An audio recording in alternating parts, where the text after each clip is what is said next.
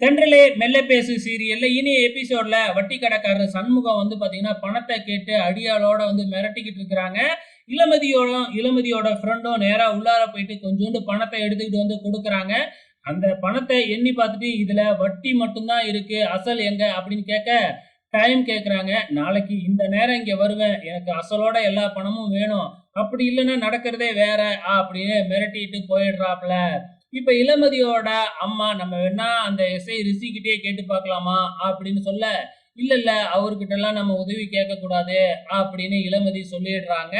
இந்த பக்கம் நம்ம பரமனை பாக்குறதுக்காக இளமதியோட அப்பா கிளம்பி போறாப்புல. பரமங்கிட்ட போயிட்டு நடந்ததெல்லாம் சொல்லி நீதான் எனக்கு ஹெல்ப் பண்ணணும் அப்படின்னு கேக்குறாங்க.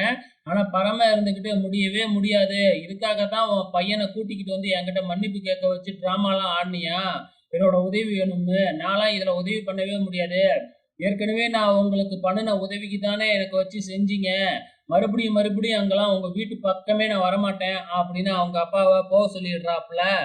ஸோ மறுநாள் காலையில பாத்தீங்கன்னா இந்த வட்டி கடைக்காரர் சண்முகமும் இந்த எஸ்ஐ ரிஷியும் பேசிக்கிறாங்க. அப்ப நாளைக்கு நீ போய் பண்ற பிரச்சனையில அவங்க என்கிட்ட கூப்பிட்டு சொல்லணும், அதுக்கப்புறம் நான் அங்க நடக்க வேண்டியதெல்லாம் பாத்துக்கிறேன் அப்படின்னு இந்த சண்முகத்துக்கிட்ட எஸ்ஐ ரிஷி பாத்தீங்கன்னா விஷயத்தெல்லாம் சொல்லிக்கிட்டு இருக்கிறாப்புல. அது மட்டும் இல்ல, நம்ம கூட நடக்கிற டீலிங்கி வெளியில எங்கேயும் தெரியக்கூடாது அப்படிங்கிற மாதிரியும் சொல்லிக்கிட்டு இருக்கிறாப்புல.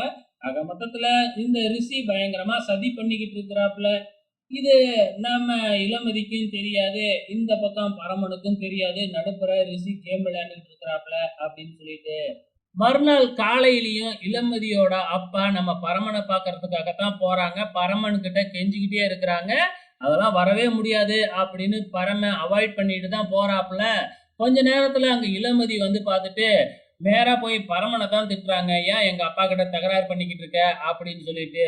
நான் எங்க தகராறு பண்ணினேன் அப்படின்னு இளமதியோட அப்பாவை பரமன் பார்க்க அவரு அப்படியே மாத்தி பேசுறாரு. ஆமா, இவன் என்கிட்ட தகராறு தான் பண்ணிக்கிட்டு இருக்கான் அப்படின்னு சொல்லிட்டு வா போயிடலாம் அப்படின்னு இளமதியோட பைக்ல ஏறி கிளம்பி போகும்பொழுது அப்படியே பரமனை பார்த்து கும்பிட்டுக்கிட்டே போறாப்புல. இங்க பரமனுக்கு ஒண்ணுமே புரியவே இல்லை.